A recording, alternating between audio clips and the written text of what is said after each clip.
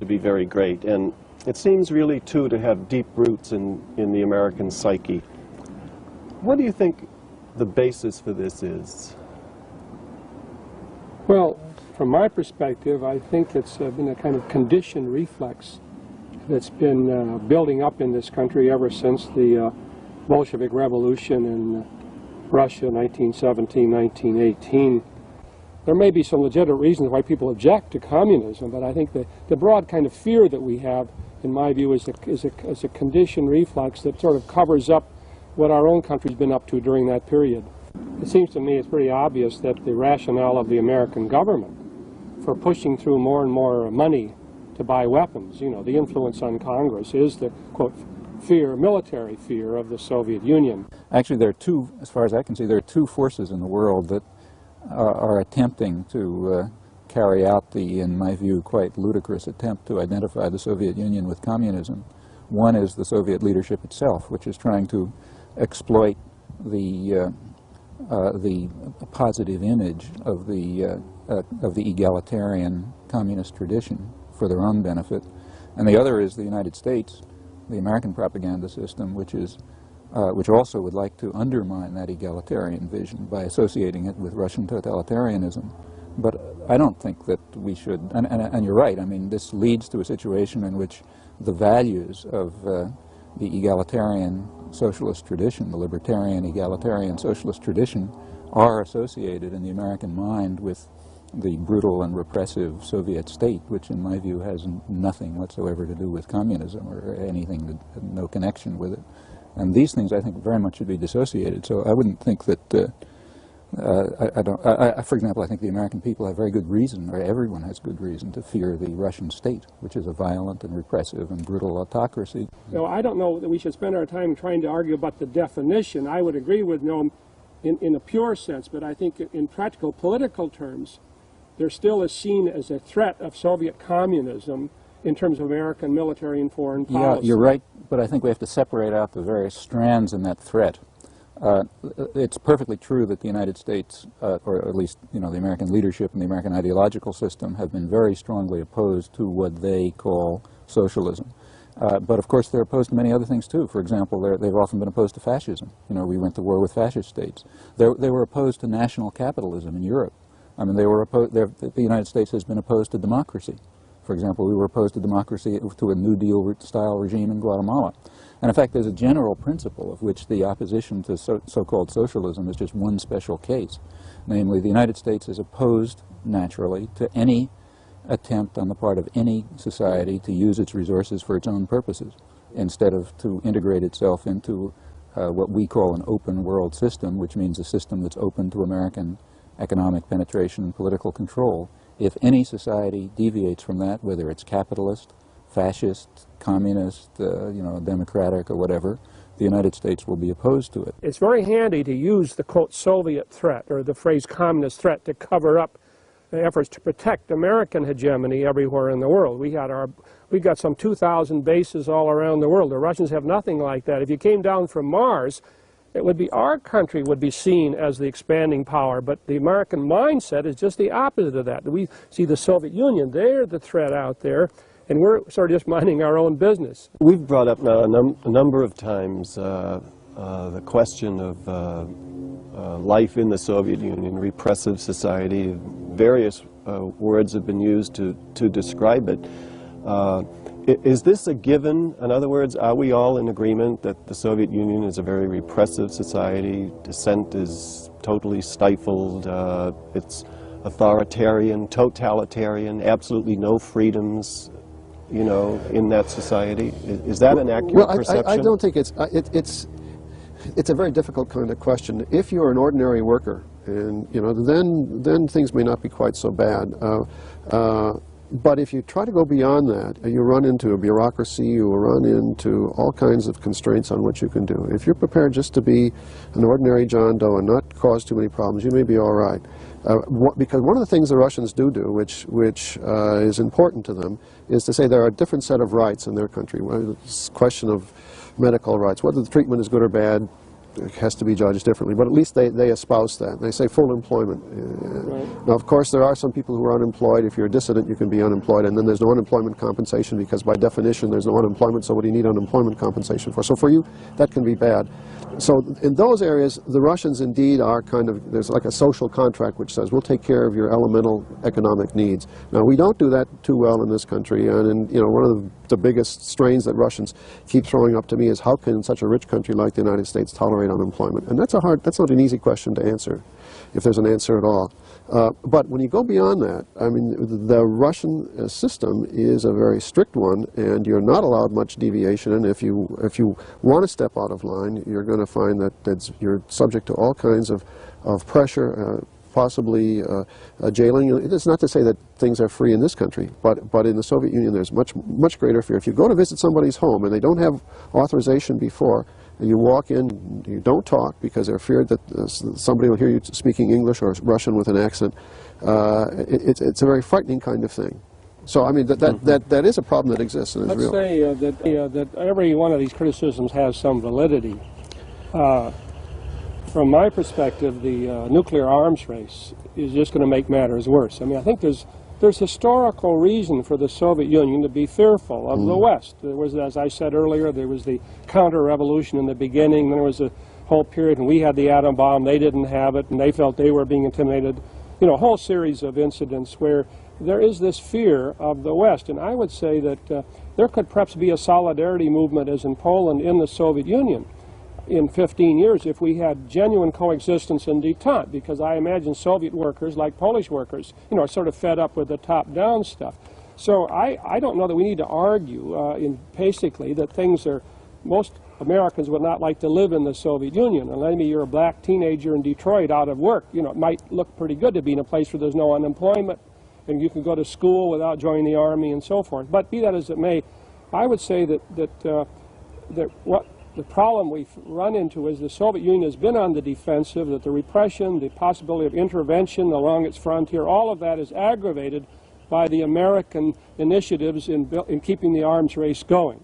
Because it seems to me the initiative of the arms race has come from the West from the beginning and continues to come from the West.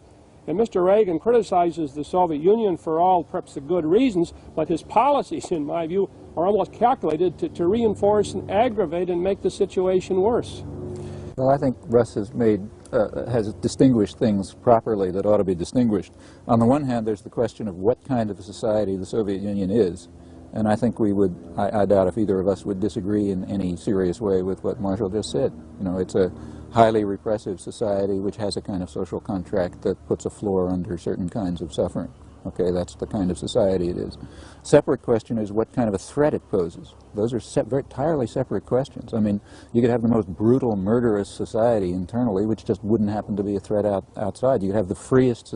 In fact, through history, there has been no correlation that I can detect between the internal freedom of a society and its violence and aggression abroad. For example, England was the freest country in the world in the 19th century. And in India, it acted like the Nazis did. The United States is, in my view, the most open, politically speaking, forgetting social issues and so on. It's the most open and freest society in the world, and it also has the most brutal record of violence and aggression in the world. Now, these things are just uncorrelated. Now, if you look at the Soviet Union, it seems to me, yes, it is a repressive, and dissent is suppressed, and in my view, it's a dungeon. It's kind of a dungeon with a certain degree of social services. Now, and it is also a threat. It's a threat to the government. It's a threat to its own population. It's a threat to, in fact, anyone within its reach. But its reach doesn't happen to be very long. I mean, its reach is far shorter than we claim it to be. So for the population of the Soviet Union, for Eastern Europe, for Afghanistan, the Soviet Union is a real threat, and I don't see how anybody can question that. On the other hand, the United States has created the image of a Soviet threat just for the same reason that they create an image of an American threat as a way for us to justify intervention and aggression in our own domains. And in fact, if you look over the history of the Cold War, I think this is transparent. Take any incident of the Cold War, from the American intervention in Greece in 1947 up to today in Nicaragua, and you will find that every single time a Soviet threat has been created and usually fabricated to justify American intervention. And incidentally, they play precisely the same game. We started off, though, talking about the internal system in the Soviet Union, the degree to which it's a repressive society, because that's certainly the perception of most Americans. But in what sense, if any, does that is that related to its behavior vis-a-vis other nations as well as its own people? Because, for example, I think many people believe you can't trust the Russians. They never abide by treaties. They never keep their promises. They're really not a nation like other nations. They're not part of the community of nations. They're a How about trying this? The Russians don't keep their promises because they are a nation like other nations. In fact, the fact is anyone who believes the promises of any nation state is out of their minds or just doesn't know anything about history, and that includes us and every other one. I think so. I mean, you know, states follow their promises if it's in their interest to do so, and the point is to try to create a system of shared interest which will bring about a certain degree of observance to international agreements. Now, if we look at it that way, then it seems to me the Russian record is certainly no worse than ours.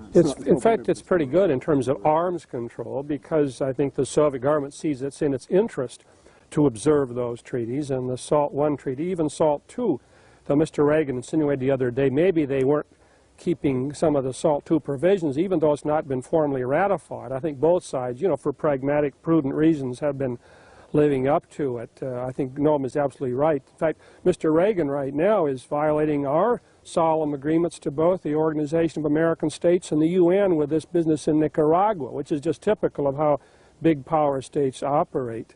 I would say that the Soviet position, just to argue a point, from the very beginning has been a defensive one, essentially, that they, from the very beginning, felt under duress from the West, that they insisted after World War II of occupying all those countries around their European perimeter, and they've been very tough there, as has been pointed out, in Czechoslovakia and Hungary.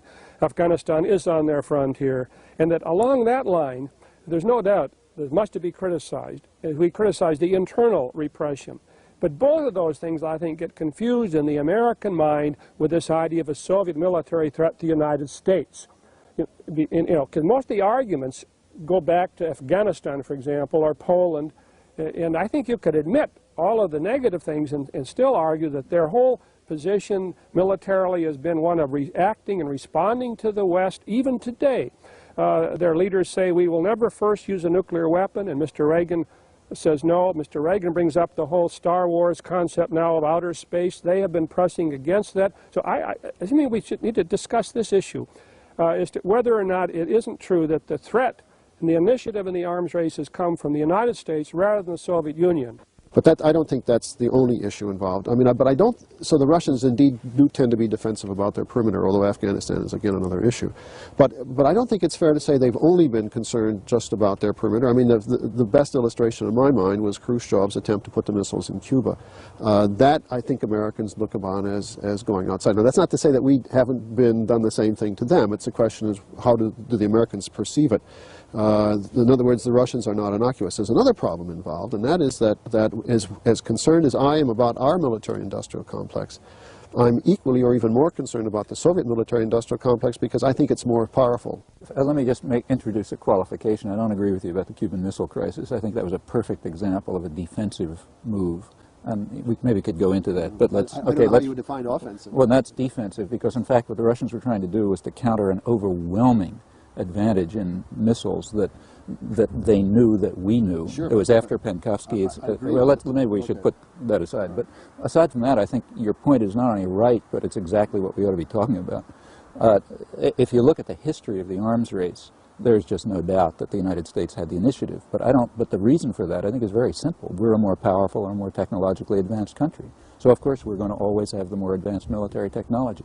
Now, the important point that you made, Marshall, I think that I certainly agree with. You thought you were going to be isolated, but you're not. I think that the main thrust, the main pressure for militarization and the arms race in the Soviet Union comes from the internal dynamics of the society. I mean, I think once we dissociate our discussion from what, in my view, are kind of irrelevant considerations, like whether nations abide by their states abide by their treaties and so on. No, of course they don't.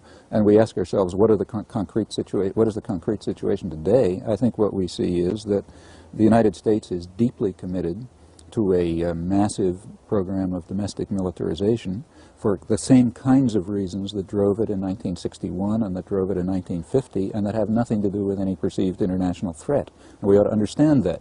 If we want to know, I mean, I think it's very clear. I think it's you know, the Reagan administration the programs that the Reagan administration is following were in fact proposed in late 1978, but they couldn't be pushed through Congress at that time. Reagan extended them and accelerated them, and they're absolutely classical in the American system. When there is a domestic repression in the United States, when there's a domestic recession in the United States, you know, the standard reaction is to turn to the in fact, let me make it more general. Any modern industrial society has recognized since the 1940s that the way to deal with internal economic problems is through state intervention. I mean, the institutional structures of American society happen to be such that there is no coordinated state planning. Yeah. We don't have the system that they have in Japan, where there's a government ministry, right, which deals with, you know, with highly centralized foci of industry and brings them together and makes a long-term economic plan. We don't have the institutional structure for that. We have a different institutional structure. Our institutional structure, as it's developed since the Second World War, is that the technique by which the government stimulates production is by creating a state-guaranteed market. Another perception I think that a great many Americans have is that the goal of Soviet foreign and military policy is really world domination. And that's really what it's all about. And it's a fear that Americans have that this is indeed the goal of Soviet policy. Is this true? I think that one of the misperceptions that Americans have is that the Soviet Union is just kind of like a vacuum cleaner running over one country after another. But they do the same kinds of things that big powers do that we've done. But that doesn't mean, again, that you can sit back and say, well, whatever they do is innocuous. Well, look, I mean, the fact of the matter is that the Russians, in their international behavior, behave very much like any other power, including us. I mean, every power, great or small, tries to extend the influence of the extent of its degree to coerce and control and penetrate markets and so on and so forth, get resources. We happen to be the world's most powerful force. In the early post-war period, we were overwhelmingly the world's most powerful force, and therefore the United States did, in fact, we can easily document this both in the documentary record and the historical record, the United States did in fact set forth on a policy of global domination. And it succeeded to a surprising extent. Since that period, and the Russians did so also in their much smaller sphere. Now, since that period, this bipolar system has in fact eroded. I mean, other powers have developed, Europe, Japan, elements of the Third World, and in fact, the degree of the two superpowers to coerce and control us in our huge domains and them in their smaller domains, that has declined. One may readily agree the Soviet system is totalitarian, but that there's a lot of illusions among ordinary Americans that if we go somewhere in the world, we're out to promote democracy. This is the Reagan line. I would say that from what I've observed living in Asia and in observing what's going on in Latin America, this is simply not true. This is another one of those rhetorical statements that helps to build up support for U.S. policy that should be challenged. That the Wall Street Journal had a report, an article urging U.S. corporations to invest in East Asia. And you know what the rationale was? It's a beautiful euphemism. Korea, Thailand, Philippines, they have firm political management. This rationale of the American mission in the world as being benevolent and democratic, I think that has to be also taken issue with. Well, we could point out that again, it's quite general, every society perceives itself or tries to make its public perceive itself as benevolent.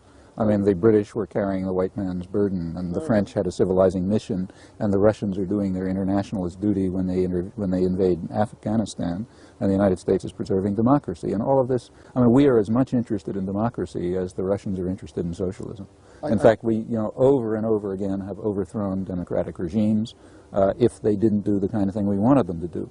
I mean, study after study has revealed the obvious, namely that American support and aid correlates essentially with the improvement of the investment climate. If a country is willing to open itself to our penetration and control our access to resources, allow our corporations to repatriate profits and so on, we will support them. Doesn't matter what kind of regime they have. Given what we've said about you know, the goals of Soviet foreign and military policy, how do you respond to the situation in Central America in terms of Soviet either influence or Soviet active involvement? So, Tony, you know, this discussion reminds me of, you know, the standard joke about have you stopped beating your wife? I mean, there's a presupposition here which is so grotesquely false that even to answer your question is impossible. I mean, it's as if there was a discussion going on in the Soviet Union where they asked, what's the extent of American intervention in Eastern Europe? Well, okay, maybe they have discussions about that, and if we looked at them, we would laugh. I mean, okay, maybe there's some intervention in Eastern Europe, but that's not the problem in Eastern Europe. And the problem in Eastern Europe is Russian domination. Now, take a look at Latin America. I mean, Latin America has been subjected to American-supported, U.S.-supported terrorism and violence to a degree that is, I mean, unspeakable. You know, I mean, let's forget about history. In 1961, the Kennedy administration made one of the most important decisions in modern history, which almost nobody in the United States knows about. Namely, they changed the mission of the Latin American military from hemispheric defense, presumably against Martians, to internal security, meaning war against their own populations. And that decision led to a spread of a plague of bloodshed and repression and torture and violence over Latin America that has no precedent in the whole bloody history of the continent.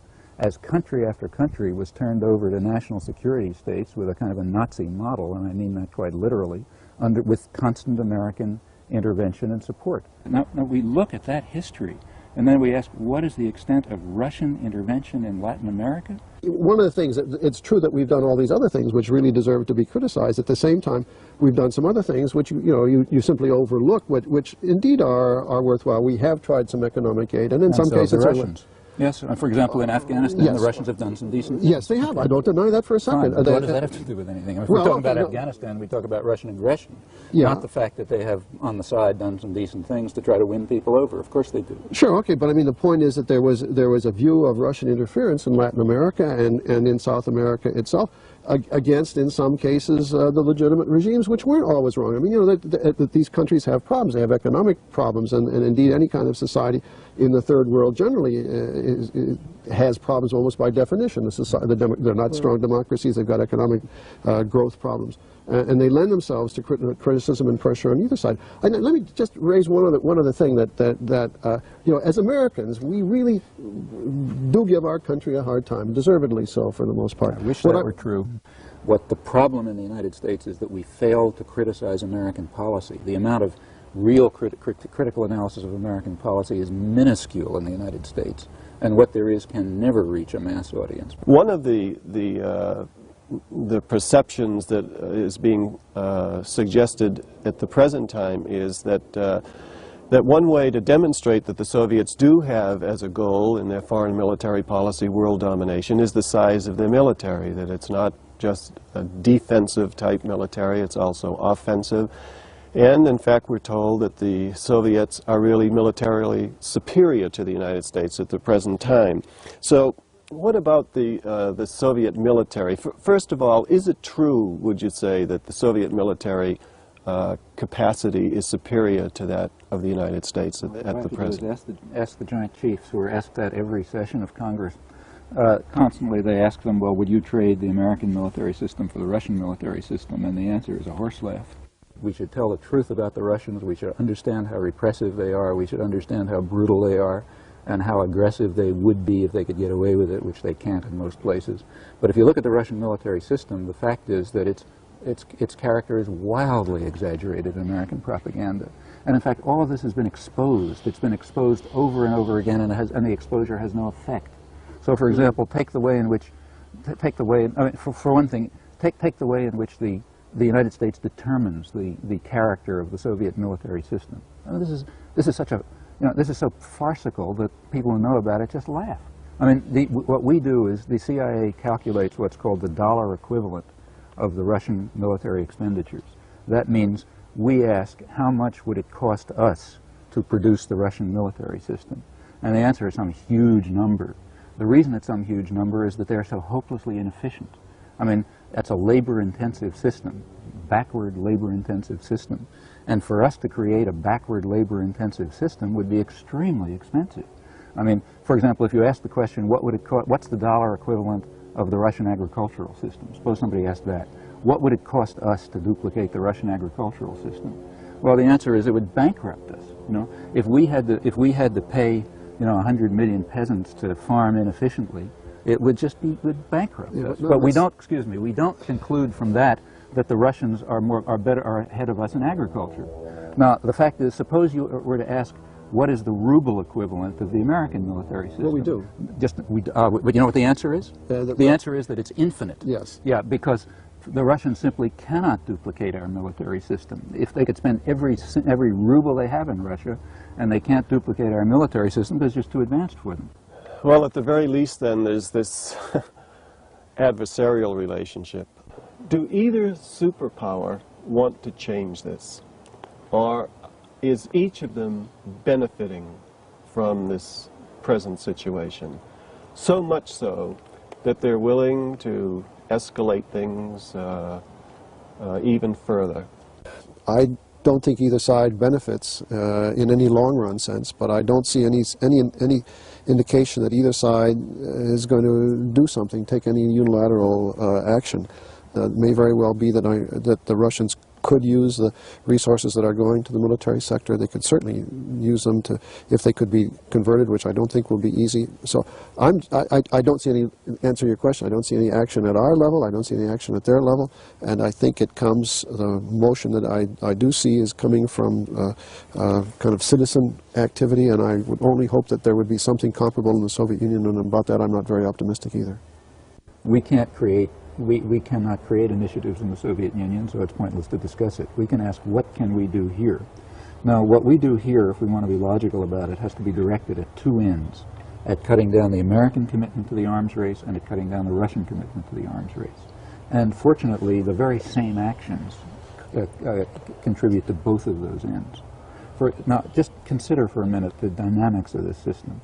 We know that every time the Russians do something aggressive, it supports the hawks on our side, and every time they back off somewhere, it hurts the hawks on our side. And the system is mutual, it's symmetrical.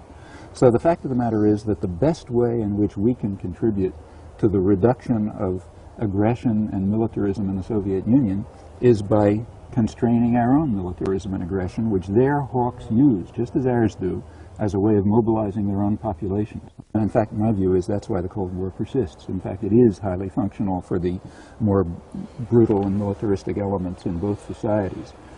It would also be helpful, we've pointed out, a number of, Marshall pointed out most strongly, and I agree with him, that one of the problems in the contemporary world is that there is no corresponding discussion inside the United States. Soviet Union. Inside the Soviet Union, sorry. Yeah. And that's correct. And I think we ought to also recognize that what is a fact, that there is very little discussion in the United States.